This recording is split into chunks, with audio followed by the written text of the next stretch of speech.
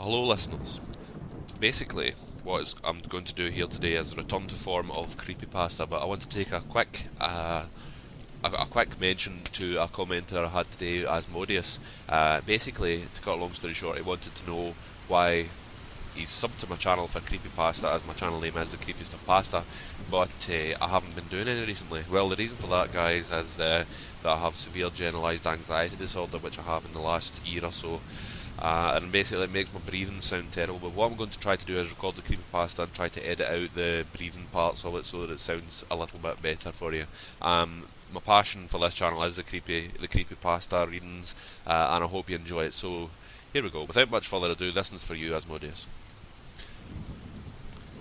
Spine-chilling tales, dark stories, a nightmarish trip into the human psyche.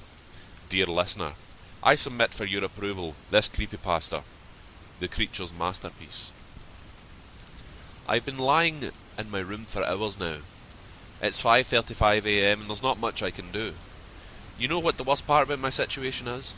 I'm in the same room with my parents. They keep looking at me, and I can't help but look back and try not to cry or scream. Their eyes are focused on me, and their mouths are wide open. There's a strong scent of blood, and I feel so paralysed with fear. Here's the thing. The second I make any hint that I'm not asleep anymore, I'm completely fucked. I will die and there's nobody around to save me.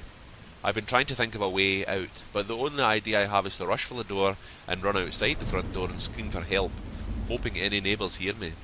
It's risky, but if I stay here, I'll surely die. He's waiting for me to wake up and see his masterpiece. You're probably wondering what's going on. I do get ahead of myself sometimes. About 3 hours ago, I heard screaming from the other side of the house. I got up and went to check on the noise before realising I had to use the restroom. Instead of doing the smart thing and investigating, I used the bathroom first. I could have gotten myself killed right there and then from my stupid actions, but I actually did my business and took a peek outside the bathroom. There was blood on the carpet. I got very worried and ran back to my room, hiding under my sheets like the pussy I was. I tried to convince myself to go back to sleep, that it was just some really vivid dream or something. But I heard my bedroom door open. Like the terrified child I was, I peeked from under my blankets to see what was going on. I could see something dragging my dead parents into the room. It was not human, I can tell you that. It was madness, with no eyes and no clothing. It looked like a caveman, with its back slouched as it dragged my parents. But this thing was much smarter than any caveman. It was aware of what I was doing.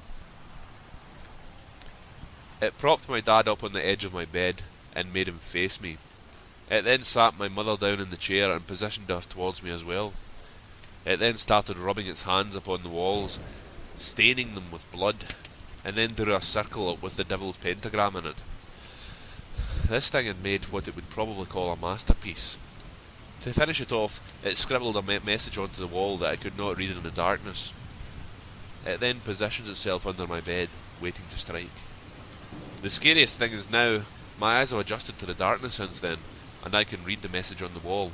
I don't want to look at it because it's terrifying to think about, but I feel I need to see, before I'm killed. I peek at the creature's masterpiece. I know you're awake.